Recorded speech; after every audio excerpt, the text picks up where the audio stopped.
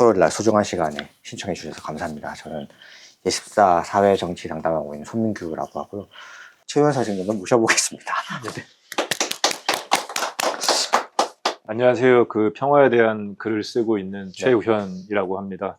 이 책이 무엇보다 이제 여러 가지 군사학 관련 서적이나 참전군인들의 뭐 수기나 이런 것들을 레퍼런스로 많이 달긴 했지만 근본적으로는 개인의 체험에 입각해서 확장을 시킨 거기 때문에 일종의 에세이거든요. 내 개인적인 체험이 어떠한 집단의 특정 입장을 대변한다거나 뭐 어떤 의지를 뭐 제가 대변한다거나 그런 건 아니라는 점에 대해서는 충분히 조금 넓은 마음으로 이해를 해주셨으면 좋겠습니다. 말 그대로 이제 에세이고 체험이기 때문에 그런 부분 감안하셔서 들어주시면 좋겠고요. 제가 이렇게 얘기하면서 저도 모르게 내 개인 체험을 곧바로 이렇게 일반화시키는 오류를 저지를 수도 있습니다. 그 부분도 제가 말을 잘 하겠지만 그 부분도 좀 감안해서 양해해 주시고, 그리고 가급적이면은 또 많이 질문해 주시고 이렇게 오늘 북토크를 진행했으면 좋겠다 이렇게 말씀드립니다. 네, 선생님 말씀해 주셨처럼 나는 전쟁에 불복종한다. 이 책은 선생님의 에세이의 성격이 강한 책이고, 저도 이 책 읽으면서 선생님의 삶에 대해서 어느 정도는 궤적을 쭉 보기는 했는데요. 뭐 이 영상을 보는 사람도 그렇고 책을 아직 안 읽은 사람도 있을 테니까, 원래 되게 군사 문화를 동경하던 소년에서 이제 군 입대를 하고 또 군 생활 끝에 전역하시고 이런 나는 전쟁에 불복종한다라는 책을 쓰는 그런 전쟁의 폭력성에 대해서 고민하는 독립연구자이기까지 선생님의 삶을 좀 얘기해 주시면 좋을 것 같습니다.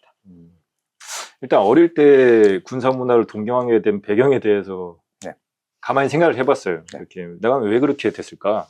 왜 그렇게 전쟁을 좋아하게 됐을까? 가만히 생각해봤는데 일단 문제는 위인전이었던 것 같아요. 그리고 하나 더 꼽자면 삼국지. 삼국지. 위인전이라는 게 보통 영웅들의 얘기잖아요. 그리고 위인전의 형식은 보통 국가를 중심으로 한 서사, 국가를 위해서 몸바친 사람들에 대한 서사를 중심으로 하고 있고, 그리고 그 위인전 중에 특히 장군들, 군인들에게 굉장히 많지 않습니까? 그러다 보니까 그런 위인전에 빠져들었는데 특히 전쟁과 관련된 군인들의 위인전기에 많이 빠져들었던 것 같아요. 물론 위인전이 군인들의 얘기만 있지는 않죠. 학자도 있고 예술가도 있고 그리고 뭐 정치인도 있는데 군인들에게 훨씬 빠져들기 쉽다고 생각하는 거는, 가만 생각해 보면 퇴계 이황의 위인전기를 그 아이가 섭렵하기는 쉽지 않지 않습니까? 그런데 그 반면에 이제 장군들의 얘기는 그 장군의 삶을 다 통화를 하진 않더라도 어떤 전투 장면만 쏙 빼서 볼 수도 있고 훨씬 단순하고, 그렇기 때문에 저는 굉장히 그런 장군들의 위인전기를 많이 읽었고, 특히 빠져들었던 게 계백을 정말 좋아했어요. 계백 장군. 그 계백 장군에 대해서 얼마나 많이 빠져들었냐면, 계백 장군이 이제 5천 결사들을 이끌고 이제 결사대를 이끌고 전투를 하다가 전사를 하는 장면이 있지 않습니까? 그때 이제 가족을 버리고 오로지 나라를 위해서 죽는다, 백제라는 국가를 위해서 죽는다라는 그런 서사가 되게 짜릿하게 느껴졌어요. 왜 그러냐면은 국가를 위해서 오로지 내가 몸을 바친다라는 그런 서사가 있으면은 삶에 있어서 죽음에 대한 두려움, 고통에 대한 공포, 그 다음에 어떤 인간적인 고뇌 같은 게 그 호국서사 안에서 굉장히 단순하게 압축이 돼버리거든요. 일종의 그 죽음의 미학 같은 게 생겨버리는 거예요. 내가 나라를 위해서 죽는데 죽음에 대해서 고민하고 이런 것들이 별로 안 생긴다는 거죠. 아프고 화살 맞으면 아플 거 아니에요. 근데 나라를 위해서라고 하면은 이 아픔이 별로 생각나지 않는 그런 서사가 있는 거죠. 그런 서사가 이제 자라나면서 한국전쟁과 또 연결이 됐습니다. 한국전쟁 당시에 이제 뭐 몸을 바쳐 싸운 군인분들의 그런 서사와 연결이 되고, 그런 것이 이제 계백, 뭐 한국전쟁, 그 다음에 또 베트남 전쟁 이래까지 그런 군인들의 삶하고 호국서사와 연결이 된 측면이 저한테는 그 일종의 죽음의 미학 같은 그런 것으로 작용했던 것 같아요. 그러면서 이제 육탄과 산화, 제가 책에도 썼지만 몸을 대포처럼 바꾸어서, 탄처럼 바꾸어서 내가 적진에 뛰어들어서 자폭한다, 혹은 그냥 죽음을 각오하고 싸워서 여기서 뼈를 묻고 싸운다, 이런 육탄과 산화에 대해서도 굉장히 많이 끌렸던 것 같고요. 그렇게 뭔가 죽음의 미학을 구현할 수 있는 직업으로서 또 군인이 딱 눈에 들어와서 군인이 됐던 것 같아요. 그러면은 그렇게 군사 문화를 잘 내면화시킨 사람이 왜 다시 이렇게 바뀌었느냐, 그 이유를 말해봐라 하면은 사실 뭐 특별한 드라마틱한 계기는 없었어요. 저는 그런 호국서사가 저한테는 일종의 그런 도금이었던 것 같아요.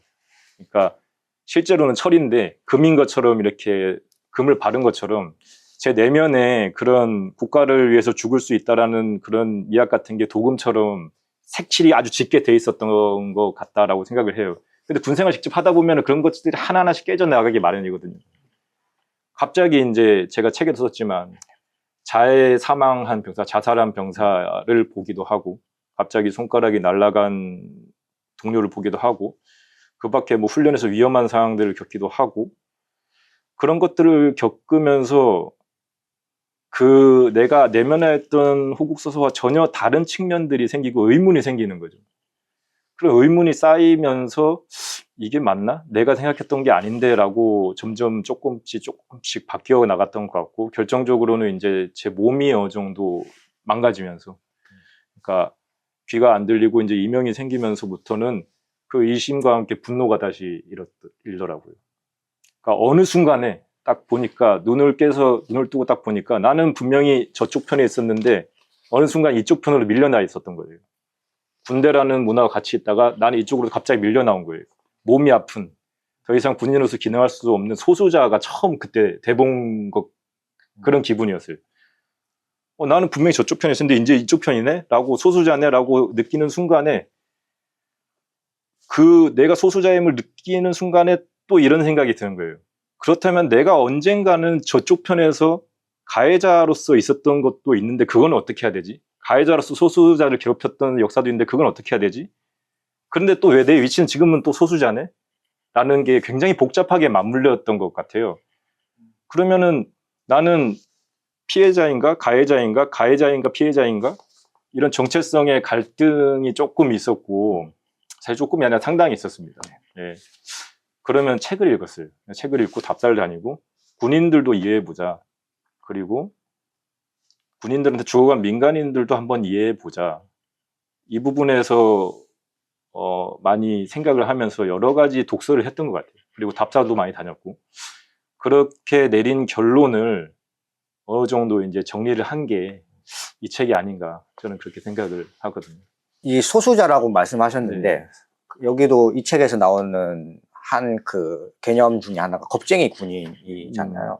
그래서 군인이 총을 쏠 수 있을까에 대해서 80에서 85%는 총을 쏘지 못한다가 되면 그 80에서 85% 주류에 속한 게 이제 그 선생님이고 저와 같은 사람이 아닐까라는 생각이 들었습니다. 그래서 저는 이 책은 인간 본성에 대해서 묻는 책이라는 생각도 들었거든요. 그래서 그 되게 고민 많이 하셔서 도달한 선생님의 약간 중간적인 결론? 이런 것도 이 책에 담으신 거겠죠? 군인들의 입장, 그러니까 제가 여기서 말하는 군인이라는 거는 좀 납작하게 얘기하면 병사들을 얘기하는 겁니다. 그러니까 상급자 군인, 그러니까 장군이나 이런 군인들은 사실상 제가 그 높은 지위에 있는 군인들은 그들이라고 지칭을 했고요. 고통받는 군인들의 입장에서 생각해 보자라고 해서 그렇게 들어갔다가, 그렇다면은 이 군인들이 고통을 받았지만 어쨌거나 그런 것들을 전혀 배려할 수 없는, 군인들의 고통을 전혀 생각하고 싶지 않은, 군인들에게 죽은 사람들에 대해서는 어떻게, 그 피해자들은 어떻게 군인들을 바라보고 있을까라는 부분에 대해서도 생각을 좀 해야 됐고, 그러면 이 양쪽 모두를 억누르고 있는 국가라는 존재, 그리고 선전선동하는 그런 호전주의자들의 존재는 또 어떻게 생각해야 되는가를 또 이제 생각을 했던 거죠. 결론은 제가 이 책이 어떤 딱 결론이 있다고 생각하지 않아요. 왜냐하면 저는 아직도 고민 중이거든요. 어떤 국가는 과연 어떤 식으로 존재해야 되는가, 죽은 사람들 앞에서 이 부분에서 고민은 여전히 진행 중이고, 그나마 제가 중간 결론적으로 내렸던 거는 진부한 해결책이지만 화해라고 할 수밖에 없을 것 같아요. 군인들 같은 경우에는 저기에 의해서 살해당한 군인들의 유가족은, 북한이라고 해볼게요. 북한군이 죽인 군인들, 북한군에 의해서 죽은 군인들과 그 유가족들은 북한을 저주할 수밖에 없잖아요. 그렇죠. 그거는 당연한 겁니다.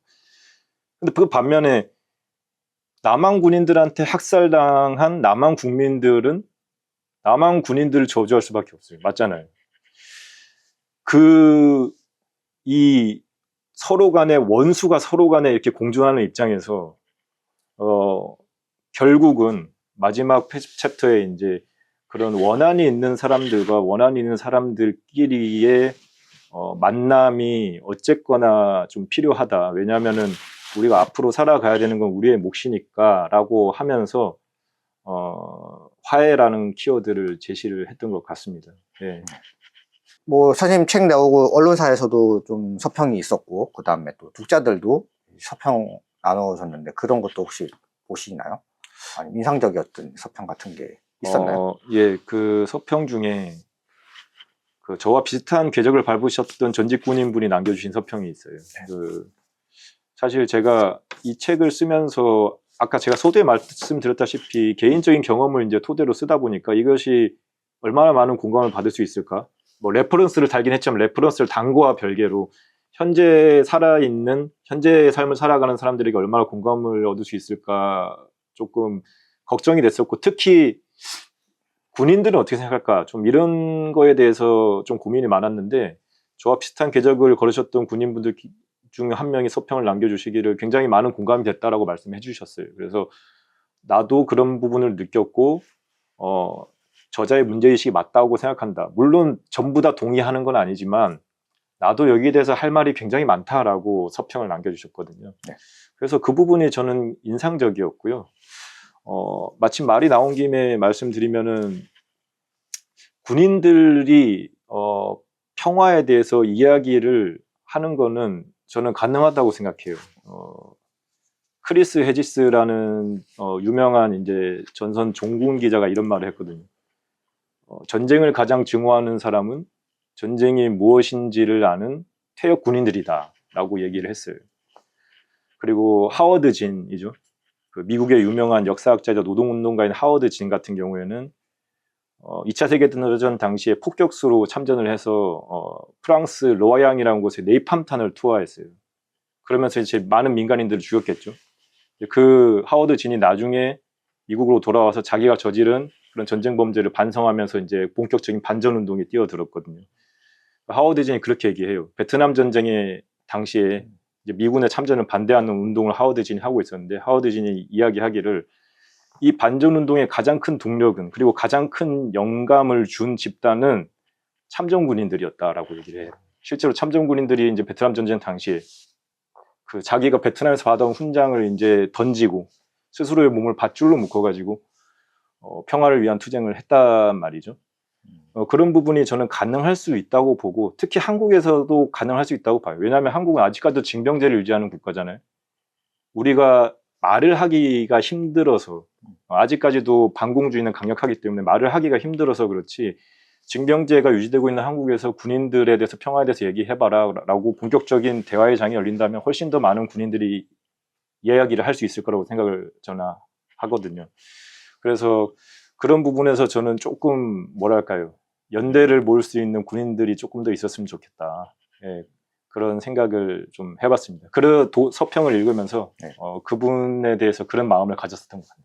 선생님 말씀 들어보니까 이 책이 그런 역할을 하는 그런 물꼬를 트는 역할을 할 수 있지 않을까라는 생각이 들고요. 보통 책 쓰시면서 네. 레퍼런스 찾기 위해서 여러 책을 찾아보시잖아요. 네네. 한국에서 군인이 전쟁에 반대하는 책이 있었나요? 거의 없었던 것 같긴 한데 제가 최초라고 생각하지는 않습니다. 누군가 있을 거라고 생각을 하는데 네.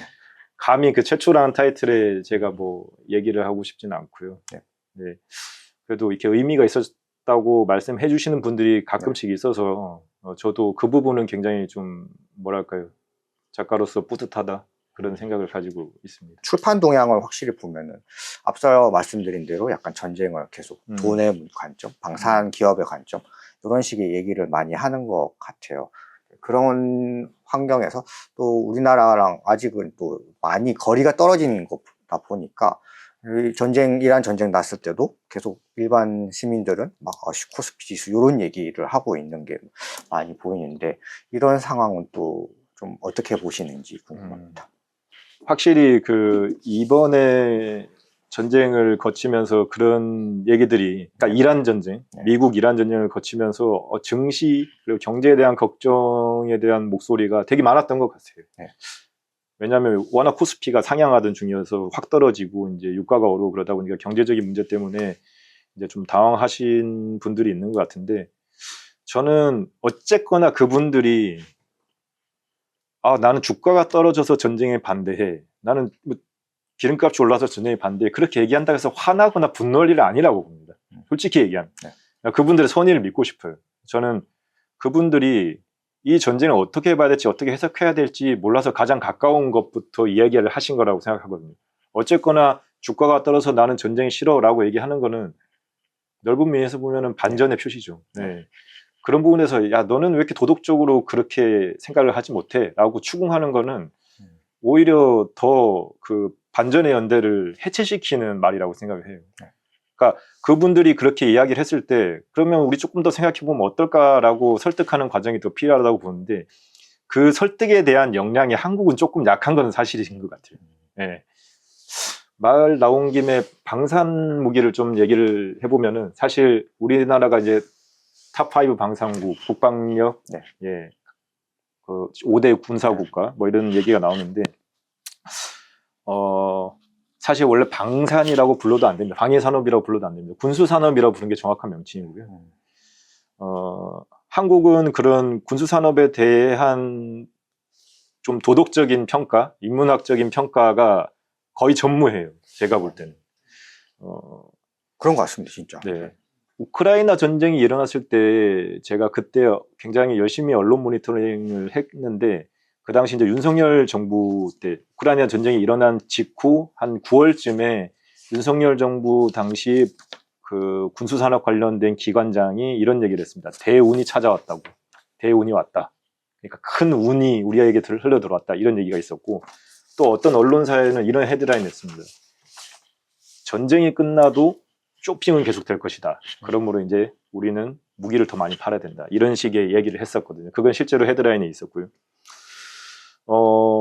그렇게 무기를 팔아야 된다라는 그런 관점은 이번 미국 이란 전쟁에서도 똑같이 적용이 되고 있는 것 같아요. 예컨대 이제 천궁 같은 경우가 그랬죠. 방공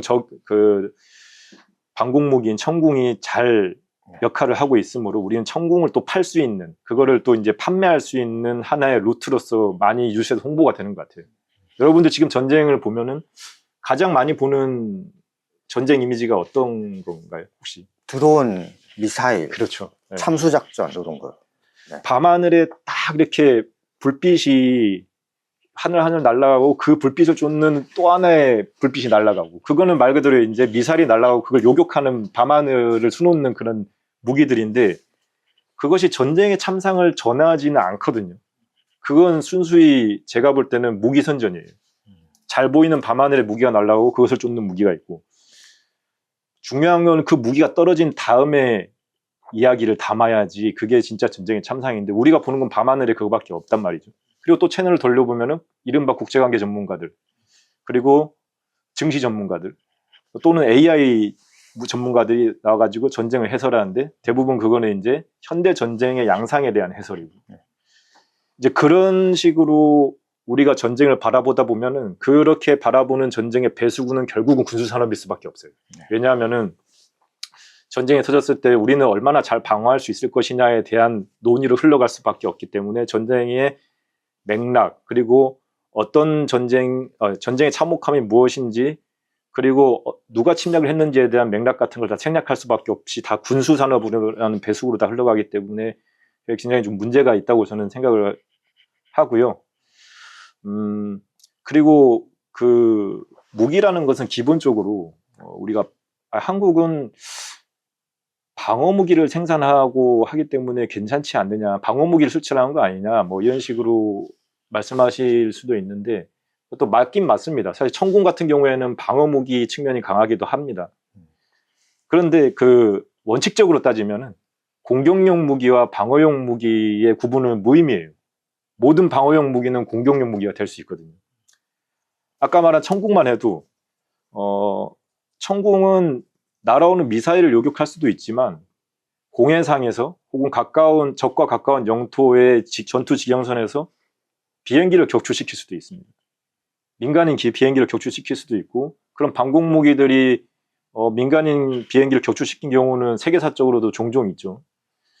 그런 경우가 있고 이스라엘이 지금 사용하고 있는 아이언돔이라는 방공 무기 체계는 팔레스타인의 하늘을 완전히 봉쇄하고 있거든요. 그것은 방어 무기지만 사실상 팔레스타인을 향한 공격 무기처럼 활용이 되고 있어요. 팔레스타인은 아예 하늘에 대한 권리를 뺏겼거든요.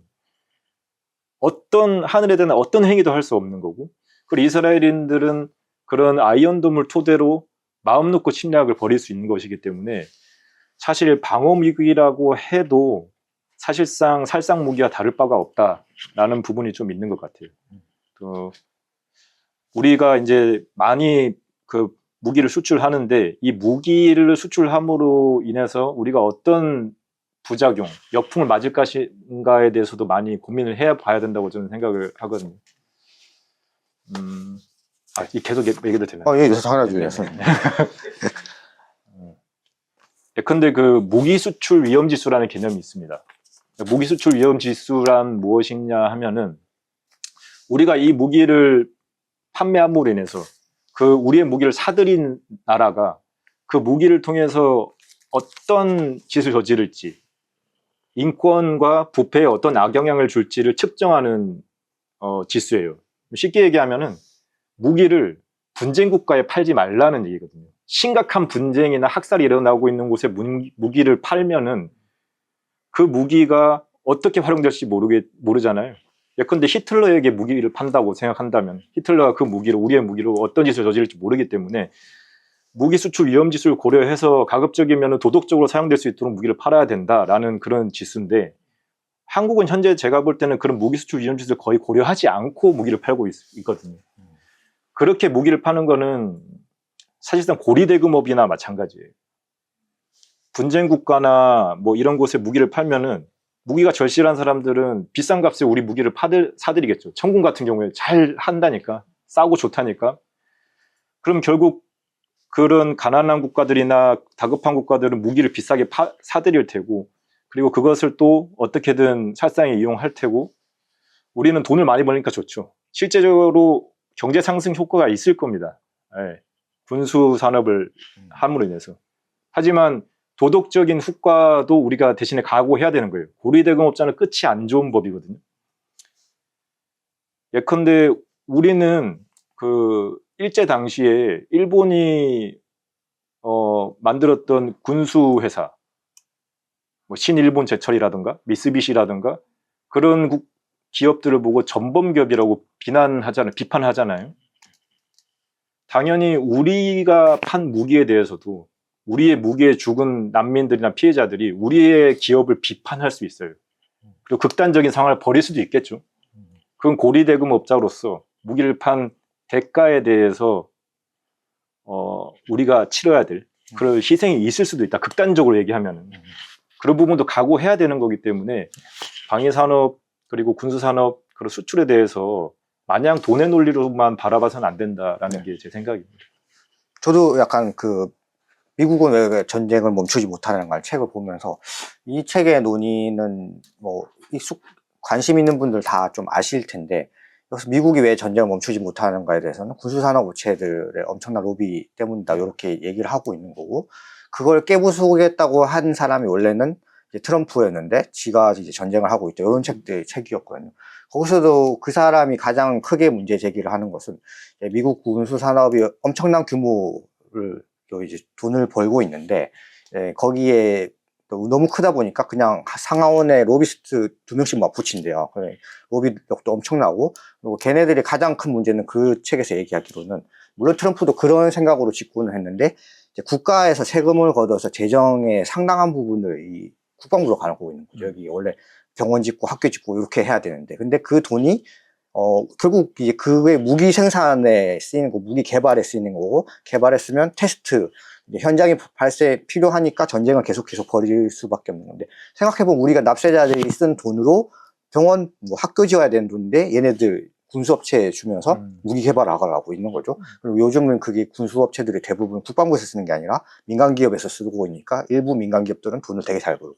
근데 이 논리를 한국에도 똑같이 들어오면 지금은 우리가 방산 뭐 5위 뭐 글로벌 탑 5로 간다고 하지만 결국 이게 이제 스토리가 되니까 우리의 이제 국가에서 우리 세금으로 학교를 짓고 병원을 지어야 될 돈들이 이 기업 소수의 기업으로 가서 그것들은 다 자기들이 이제 무기 개발하고 또 이제 그렇게 일부가 되는 거죠. 거기에 대해서 우리나라도 지금 되게 수출 소재 종목이다. 이런 식의 이야기가 형성되어 있는데 이것도 여기에 대해서 그 누구도 약간 좀 반대하는 흐름은 없는 것 같아요. 선생님 말씀 듣다 보니 이런 생각이 들었습니다. 네. 맞나요? 근데 제가 이렇게 이야기하는 거 맞습니다. 다음에 이제 또 넘어갈 얘기가 아까도 말씀드렸던 그런 것 같습니다. 그 겁쟁이 군인. 저는 군 생활을 의경으로 했었는데 아까 그 얘기도 했어요. 공격용 무기와 수비용 무기가 똑같다는 게 저도 완전 동감했던 게 뭐냐면 의경은 뭘 주냐면은 방패 주잖아요. 방패가 이제 이렇게 찍으라고 가르치거든. 뒤에서는 그 시위대랑 할 때 공격용 무기에 대해 그런 것도 생각났고 일단은 그 겁쟁이 이제 군인이 되면서 약간 되게 폭력에 대해 노출되는 게 두 가지가 개념입니다. 처음에는 당시에 전 내무실에서 엄청나게 많이 맞고 내무실에서 내부에서 엄청 맞고 있다가 근데 더 이 동공이 흔들렸던 거는 그 시위대랑 처음 부딪혔던 이제 농민 시위 거기서 너무 무서운 극도의 스트레스와 그 무기력함에 빠져 있었던 것 같거든요. 그래서 이 책의 이 주제도 이러한 두 가지 폭력 또 무기력함인 것 같은데요. 이건 뭐 질문 아닌 질문이고 저의 군 경험에 대해서 말씀드렸고요. 그럼 선생님도 혹시 그런 이제 내무반에서의 고충 또 그런 거 있으면은 함께 얘기하면 좋을 것 같습니다. 군대를 경험하신 분도 있고 여기에는 아닌 분들도 있어서 말씀드리기 좀 조심스럽긴 하지만 우리가 전쟁을 반대함에 있어서 군인들의 입장을 헤아려 보는 관점도 되게 중요하다고 생각을 해요. 왜냐하면은 그들도 폭력에 노출된다는 점이 종종 잘 잊혀요. 그러니까 군인들이 굉장히 그런 폭력의 중심에 서 있는 것도 사실이지만 아까 말씀하신 본인들 자체도 폭력에 노출되는 측면이 분명히 있거든요. 군인은 겁쟁일 수밖에 없다라는 부분을 조금 말씀드리고 싶어요. 왜냐하면은 일단 우리나라 징병제를 채택하고 있잖아요. 그러면은 내 의사가 아닌데 군대로 끌려오게 되는 거예요. 일단 거기서부터 첫 번째 공포가 생겨나요. 아니 나는 군대를 가고 싶지 않은데 가야 되는 거니까 거기서부터 생겨나는 첫 번째 공포. 그리고 딱 입대하면 어떻습니까? 입대하면 일단 옷부터 벗기죠. 사복을 다 반납하고 군복을 입는 거예요. 그것 자체도 되게 어떻게 보면 상징적인 행위인데 그렇게 옷을 벗긴 다음에 군복을 입히고 생전 처음 보는 사람이 와서 나한테 소리를 질러요.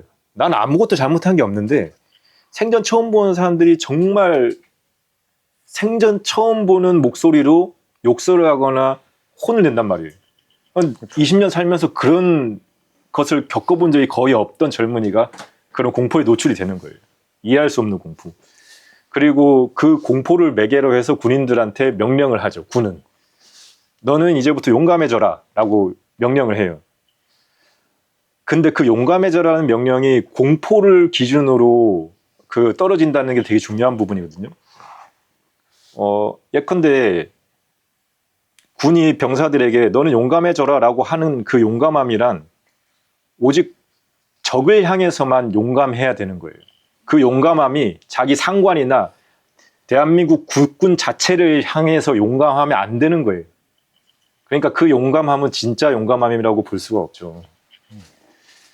근데 그런 식으로 명령받은 용감함으로 자기 내면의 겁을 숨기고 군생활을 해가다 보면은 진짜로 무서운 상황들이 생겨요. 진짜 공포를 느낄 만한 상황들. 아까 말씀하셨다시피 그런 의경으로 생활하시면서 느꼈던 그런 공포들도 있을 것이고 갑자기 옆에서 동료들이 큰 부상을 당한 걸 볼 수도 있을 것이고 내가 다칠 법한 순간도 있어요. 아마 모든 그 군 복무를 마친 모든 사람들은 그런 경험이 한 번씩은 있을 거예요.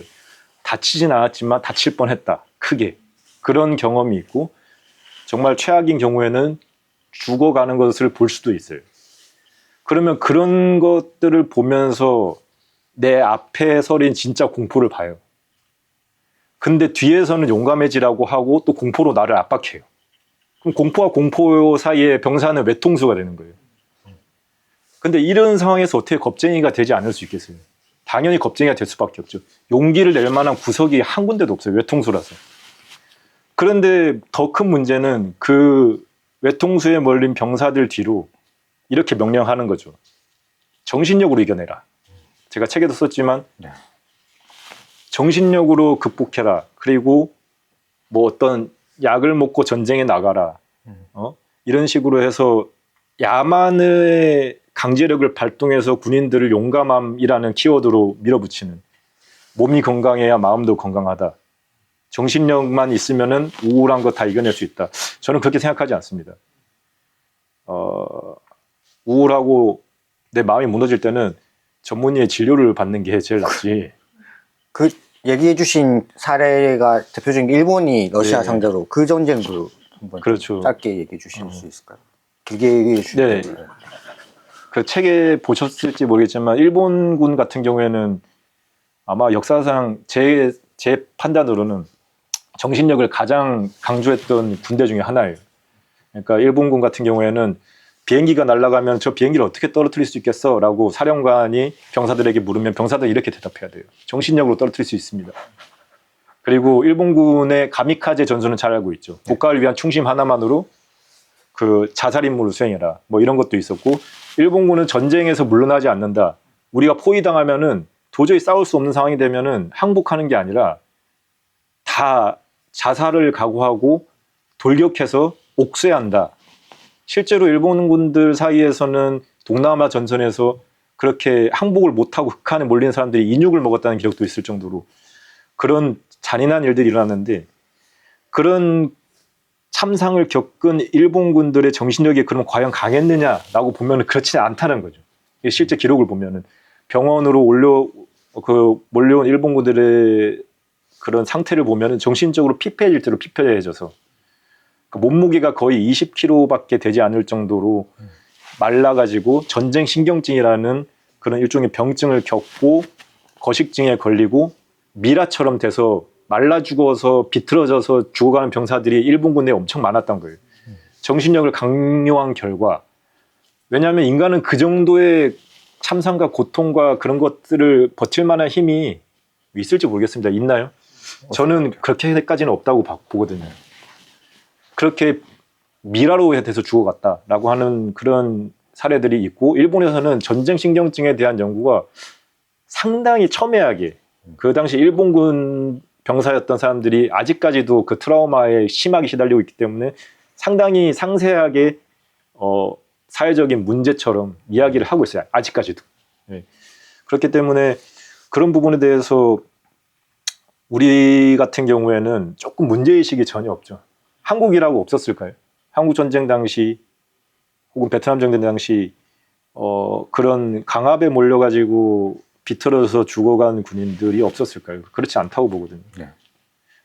그런 것들은 오히려 네가 지금 공포에 시달리고 있구나라는 걸 인정해주고, 그런 데서 내가 사람을 죽이지 않고도 어떤 것을 할 수 있다라는 희망을 주고, 이런 식으로 의학적인 치료를 통해서 우리가 해야 되는데 네. 좀 그런 부분이 너무 한국은 연구도 부족하고 아예 언급할 생각 자체를 안 한 것 같아요. 왜냐하면은 한국에서 그런 우울증이나 뭐 정신적으로 힘든 병사들이 있으면은 뭐 이거는 제 개인적인 경험입니다. 개인적인 경험인데 대부분 이제 그 임무를 수행하기 힘든 비애국적인 고문관 뭐 이런 식으로 몰아서 부적합 처리를 시킨다거나 아주 배제해야 될 대상으로 해가지고 사람을 일어나기 힘들 정도로 밟은 경우가 많은 것 같아요.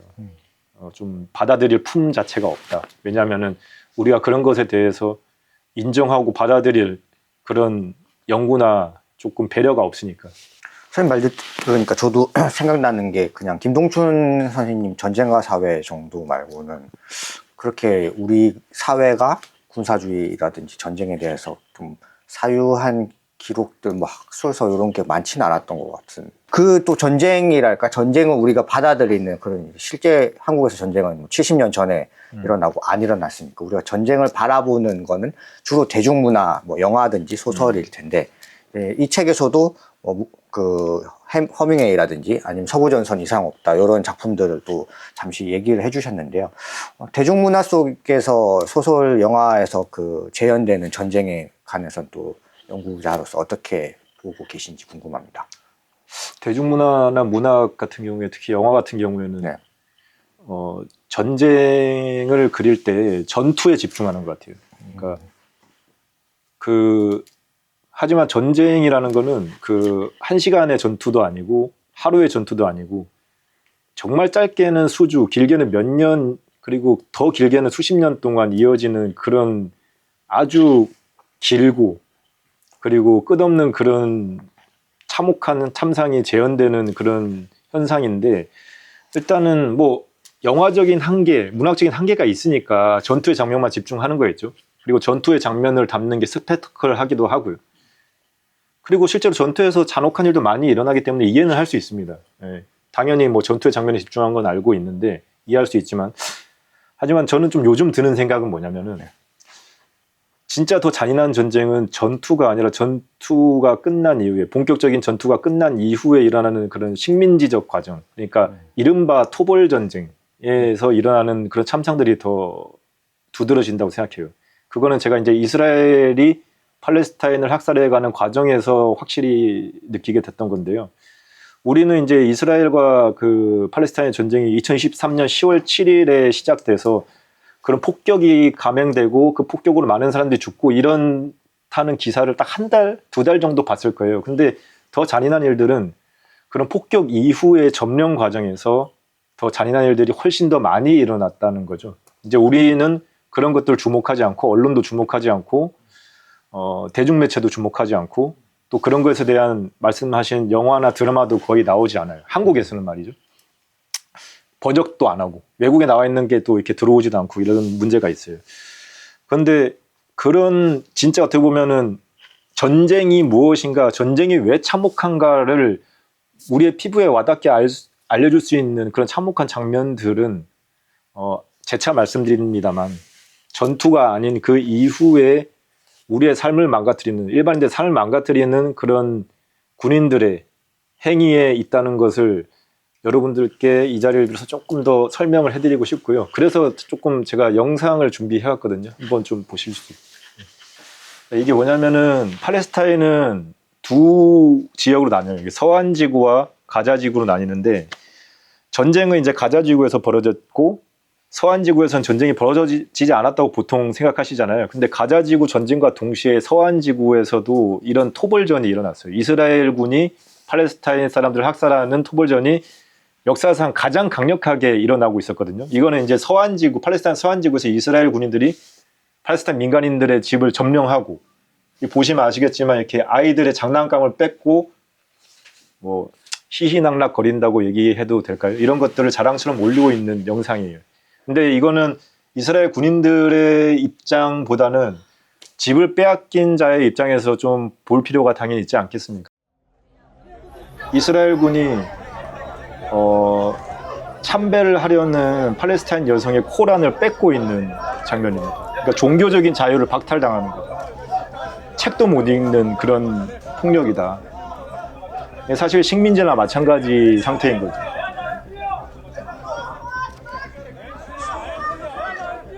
이 여성이 어떤 폭력을 저지르거나 그런 게 아니거든요.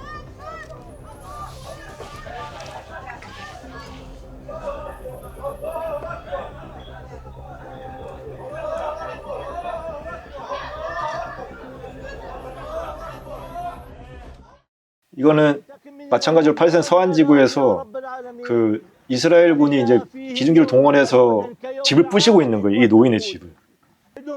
현대 중공업입니다, 참고로. 이 노인이 이제 계속 열변을 토하는 거죠.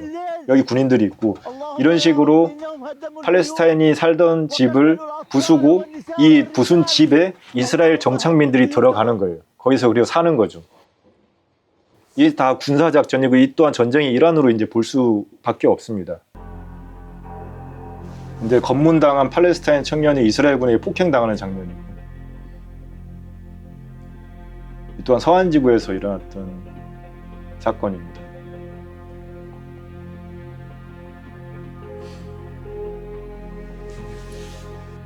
마찬가지로 팔레스타인 서한 지구에서 일어나고 있는 일인데 저기 뿌리는 저 액체가 뭐가 드세요? 쉽게 속된 말로 말하면 똥물입니다. 똥물. 이거를 이스라엘군이 이런 살수차를 동원해서 팔레스타인 서한 지구에 사는 마을에 뿌리고 있어요. 이스라엘은 지속적으로 서한 지구에 있는 팔레스타인인들이 이루고 있는 마을을 계속해서 뺏고 있어요. 지금 팔레스타인 서한 지구의 82%가 이스라엘에 의해서 점령이 돼 있고 남은 18%까지 모두 이제 이스라엘 사람들이 들어가서 살 수 있도록 사실상 이제 팔레스타인 사람들을 추방하는 거죠. 전문용어로는 이것을 보고 인종청소라고 하는데 인종청소의 방법입니다. 똥물을 뿌리는 거죠. 이런 거는 AI가 인간보다 악랄하냐라는 거에 대해서 굉장히 큰 시사점을 전해준다고 저는 생각해요. AI가 악할까? 자연지능이 악할까? 이런 것들을 보면은 좀 인간에 대한 환멸이 느껴지는 측면도 있는 거죠. 네. 이거는 이제 가자 지구에서 폭격이 일어났을 때 아이들이 어떻게 하고 있는지. 네.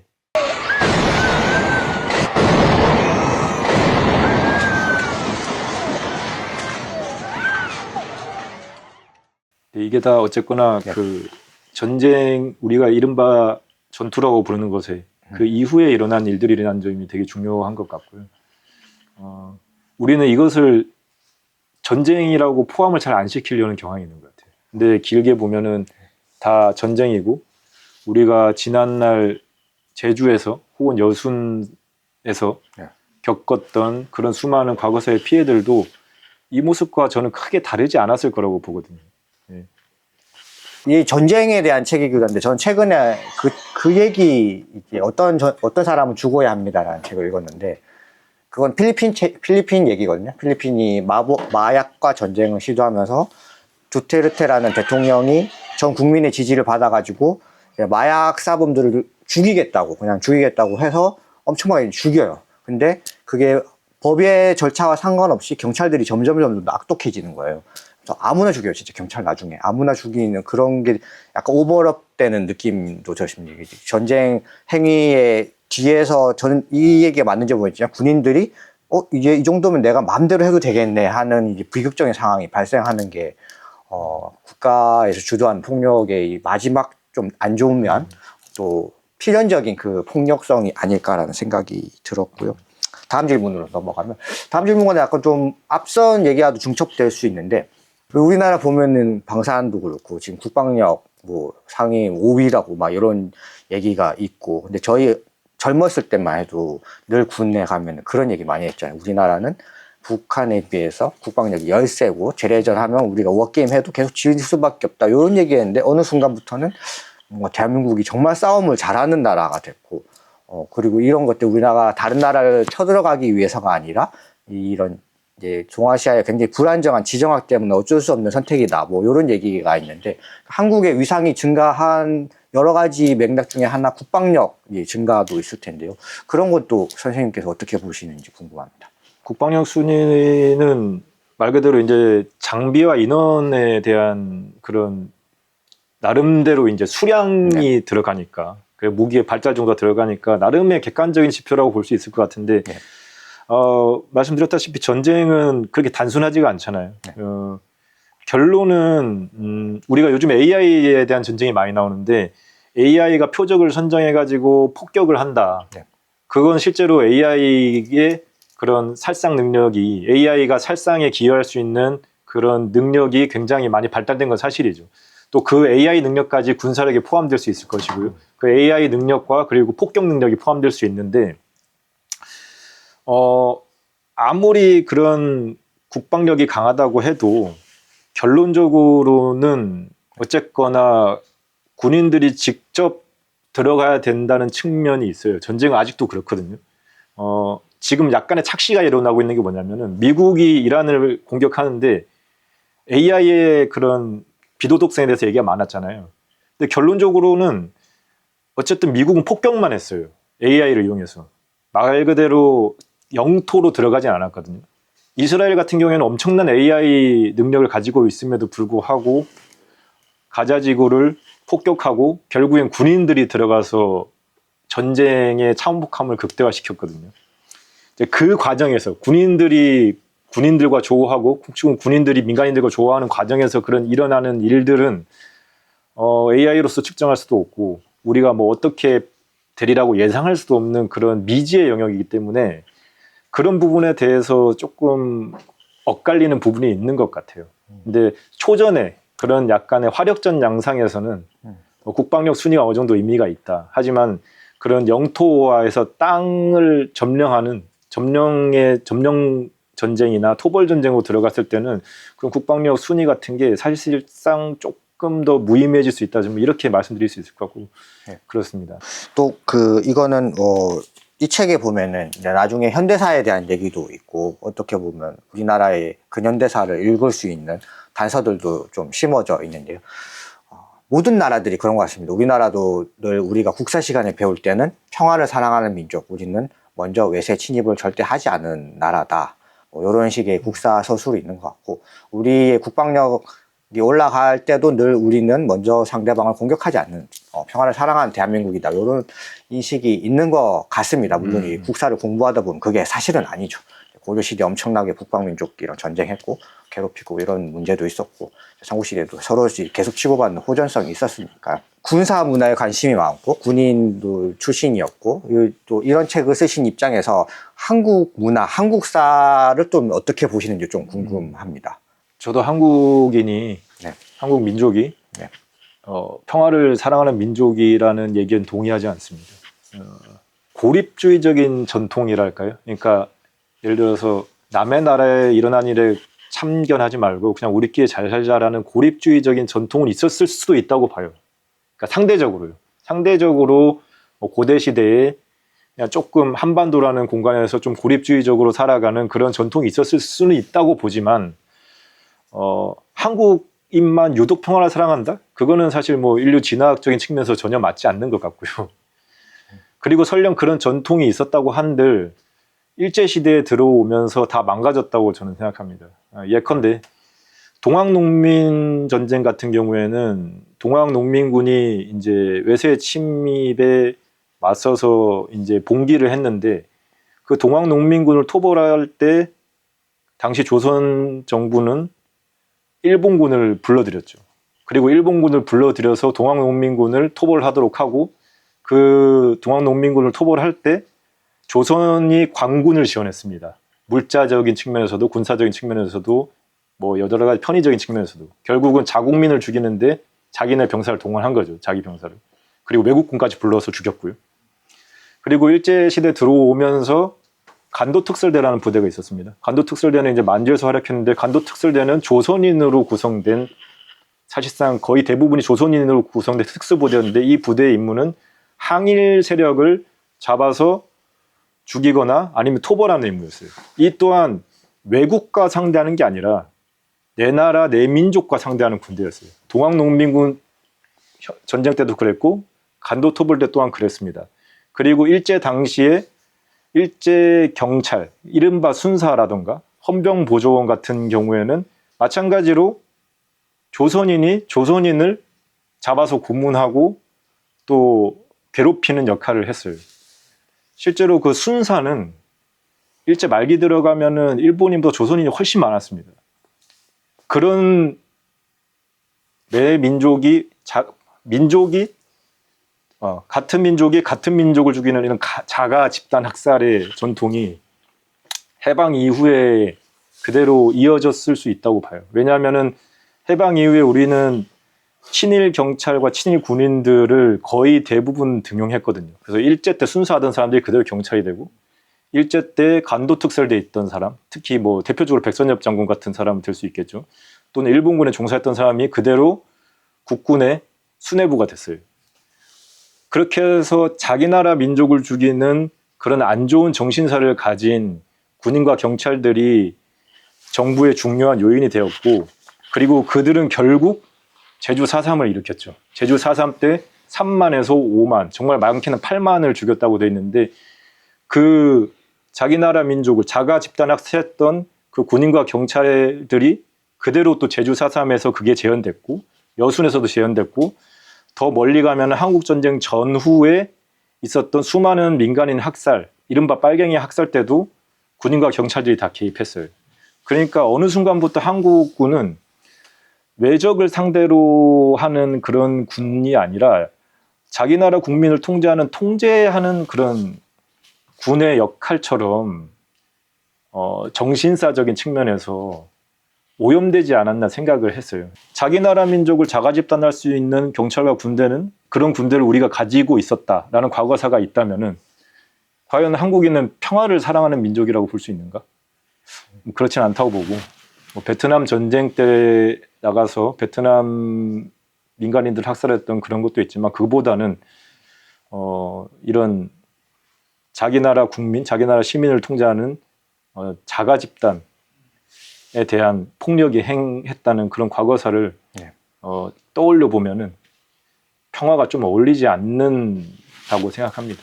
생략된 뒤의 역사도 있잖아요. 뭐 5.16 그다음에 뭐 네. 군사 쿠데타와 최근의 계엄에 이르기까지 그런 선생님 말씀 듣다 보니 그런 사건들도 계속 생각이 나네요. 네. 국가폭력 4.3이 네, 또 4.3. 4.3에 관한 얘기도 좀 있어서 그 부분도 질문을 좀 더 드릴까요? 네. 네.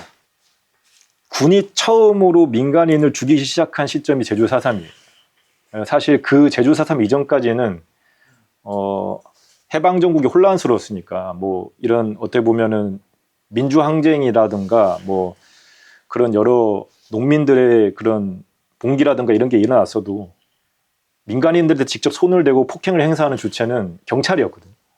제주 4.3을 기점으로 군이 개입을 하기 시작해요. 민간인을 죽이고 폭행하고 괴롭히는데. 그래서 제가 책에도 썼지만 군인이 처음에는 제주 4.3에 대한 토벌, 그러니까 민간인들을 죽이는 것에 대해서 반대했어요. 그런데 결국에는 이제 미군과 그다음에 친일 경찰이 결국 군을 끌어들여서 제주 4.3에서 초토화 작전에 민간인을 죽이는 작전에 군대가 대거 투입되고 거의 압도적인 가해자로 올라서는 계기가 됐습니다. 근데 거기서 잘못했음을 그래도 우리가 실수했음을 나중에라도 알아차렸으면 괜찮았을 텐데 그 제주 4.3에서 민간인에게 시민들에게 총을 겨누었던 경험이 1948년 10월 19일 이후 여순 사건에서도 그대로 재현이 돼요. 빨갱이는 죽여도 된다는 일종의 공식이 만들어진 거거든요. 그리고 그 공식 하에 1950년 6월 25일에 전쟁 이후에 보도연맹 학살 또한 그 공식 하에, 빨갱이는 죽여야 된다는 공식 하에 그대로 자행이 됐었던 것이고, 그리고 그 죽인 것을 나중에라도 반성하면 되잖아요. 근데 그 반성을 할 수 없었던 게 뭐냐면은 곧바로 5.16 쿠데타가 일어납니다. 박정희가 공교롭게도 정권을 잡았죠. 박정희는 군인 출신이고, 박정희 같은 경우에는 집권을 하자마자 제일 최우선적으로 추진했던 정책 중 하나가 한국전쟁 당시 한국군에게 학살당한 민간인 피해자들을 입을 막는 게 가장 먼저 시행했던 정책 중에 하나였어요.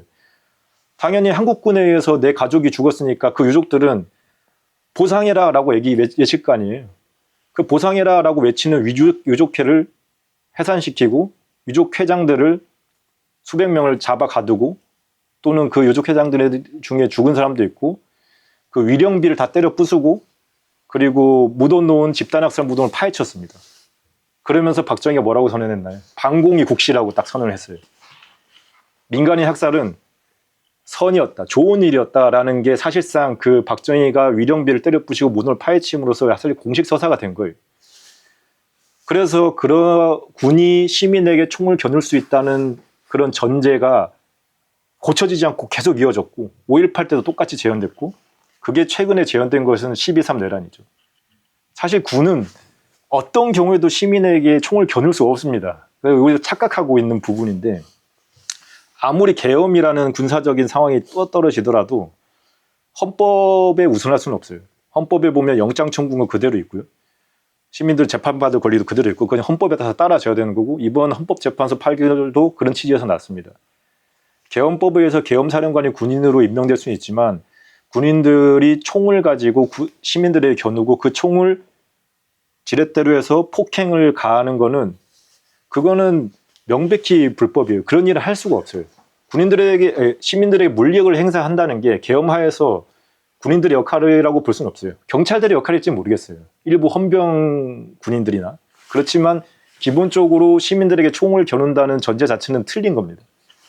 그래서는 안 되는 것들인데 우리가 지난 역사에서 너무나 많은 시민들을 죽여왔기 때문에 그리고 그 잘못된 것을 시정하지 않고 반성하지 않고 군에서는 이런 거 전혀 안 가르치거든요. 그러면 그렇기 때문에 12.3 내란 당시에도 어쨌거나 시민에게 총구를 겨누게 되는, 물론 거기서 어느 정도 소극적으로 저항한 군인들이 있었다고 하지만 만약에 교육이 제대로 됐다면은 그런 쿠데타의 중심이 됐던 군인들이 장군으로 진급하지도 않았을 테고 그런 이상한 군인들이 지휘를 맡지도 않았겠죠. 그리고 병사들도 국회에 내려서 일단 총이 시민들한테 겨눈다는 것 자체가 굉장히 큰 거부감을 느껴서 아마 더 큰 반발이 났을 텐데 그런 걸 못했다.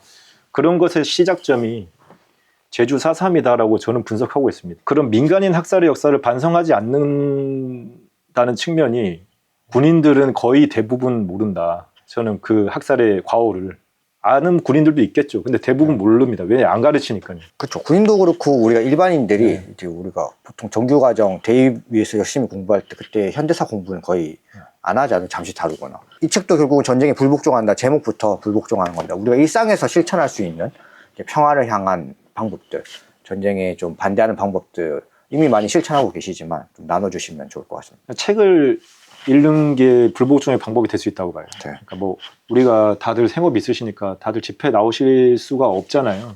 그러면은 저는 가장 간단한 불복종의 방법은 책을 읽는 거라고 생각하거든요. 어쩔 수 없이 좀 또 다시 이스라엘과 팔레스타인의 얘기를 들 수밖에 없는데 그런 폭력의 역사나 잔혹함에 대해서 다룬 그런 책들을 읽으면은 예컨대 이제 이스라엘 팔레스타인 전쟁 같은 경우에는 사람들이 생각하기를 그냥 단순한 종교 전쟁이라고 생각하는데 그 맥락의 역사를 따져보면 백수십 년에 걸친 이스라엘의 식민지적 침략이 원인이 됐었거든요.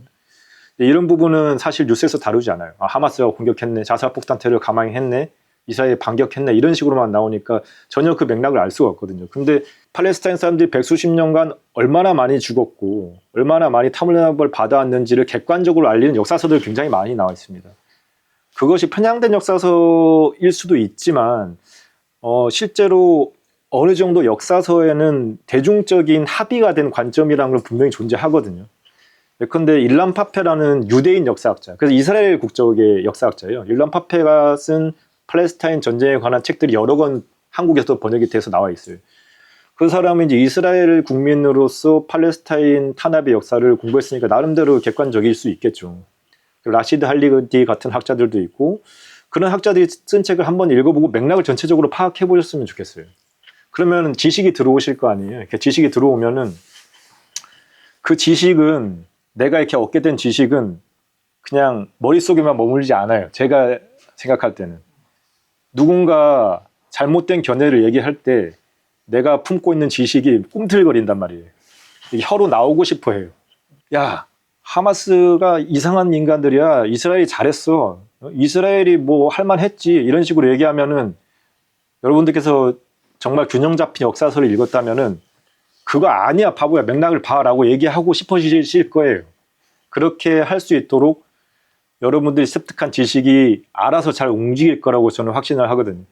그런 지식과 책을 조금 더 읽는 것도 불복종의 그런 시작이 될 수 있겠고 그렇게 또 알아가다 보면은 나와 비슷한 생각을 가진 사람들을 만나고 싶을 것이고 그렇게 만나다 보면은 집회에도 나오시고 네, 이런 커뮤니티에도 참여하실 수 있고 또 EMT 같은 이런 좋은 연대체 커먼즈에도 참여해서 활동을 하실 수도 있을 것이고 뭐 저는 그렇게 생각을 합니다. 또 한 가지는 여러분들께서 전쟁의 참상을 보는 것에 대해서 너무 기피하지 않으셨으면 좋겠어요. 너무 잔인해서 못 보겠다. 너무 꿈자리가 사납다. 근데 전쟁에 불복종하겠다고 각오를 하셨다면은 어느 정도의 상처를 입을 각오도 하셔야 됩니다. 약간의 트라우마를 얻을 수 있는 각오도 하셔야 돼요. 내 안에 상처가 생기지 않으면은 전쟁이 잔혹하다고 느낄 수 없어요. 말만 해요. 전쟁은 지옥이야. 전쟁은 나쁜 거지. 이런 말 누가 못합니까? 내가 진정 상처를 받고 그것이 잔혹하다는 걸 알려면은 어렵지만 두 눈 똑바로 뜨고 그런 침략행위가 이루어지는 것들, 폭력이 자행되는 것을 목도를 하시고 내 안에 상처를 만드세요. 그 상처를 가지고 서야 비로소 전쟁의 피해자들과 연결될 수 있는 고리가 생겨나요. 그 상처를 매개로 연대가 생겨나고 전쟁에 불복종해야 된다는 그런 의지가 실천으로 가닿을 수 있다고 뭐 제 개인적인 경험 보면 그렇습니다. 우리가 이스라엘, 팔레스타인 얘기가 있으니까 그게 우리의 경험이기도 하잖아요. 우리도 일본 식민지 지배를 겪었고 사실 뭐 이스라엘과 저 팔레스타인은 크게 관심 없잖아요. 근데 네. 그게 우리의 얘기였다. 뭐 앞으로 모든 이제 지구에 사는 우리 얘기가 될 수도 있고 그래서 좀 관심 가지고 이제 보면 좋겠다는 생각을 들었고요. 혹시 끝으로 제가 못 드린 질문 또 꼭 하고 싶었는데 못 한 말씀 있으면 남겨주시고 그 다음에 이제 독자분들 질문 받으면 어떨까 싶습니다. 예술에 대해서 한마디를 드리고 싶어요. 저는 사실 예술은 잘 모르거든요. 하지만 그거는 알고 있어요. 예술은 전쟁과 폭압에 저항하는 가장 첨단에 있는 창이죠. 네. 예술만큼 강렬하게 전쟁에 반대할 수 있는 콘텐츠는 없다고 감히 확신합니다. 네. 누군가는 예술이 약하다고 하지만 결코 그렇지 않거든요. 근데 예술이 지배자들도 예술을 이용할 수 있어요. 그러니까 지배자들도 예술을 활용하거든요. 관제 예술이라고 그러죠. 근데 그런 예술은 지배자들은 예술을 보조수단으로만 사용해요. 왜냐하면은 예술을 전면 내줄 필요가 없어요. 내가 하는 말에 힘이 강하니까 너 이렇게 해 라고 하고 예술은 거기서 돕는 역할밖에 안 되기 때문에 뭐랄까 질이 떨어진다고 해야 되나? 근데 반면에 억압받는 자들이 가지고 있는 예술은 그 자체로 그 예술은 목소리가 돼요.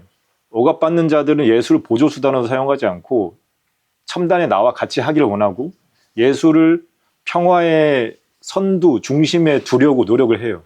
수많은 평화 집회에 나가보면은 항상 예술 관련된 노래, 풍물, 춤 이런 것들이 등장하는 거 보실 수 있을 거예요. 그 반대의 관제 집회에는 그런 예술이 전혀 없거든요. 예술은 명백히도 약자의 편입니다. 그건 확신할 수 있어요. 왜냐하면은 춤을 추잖아요.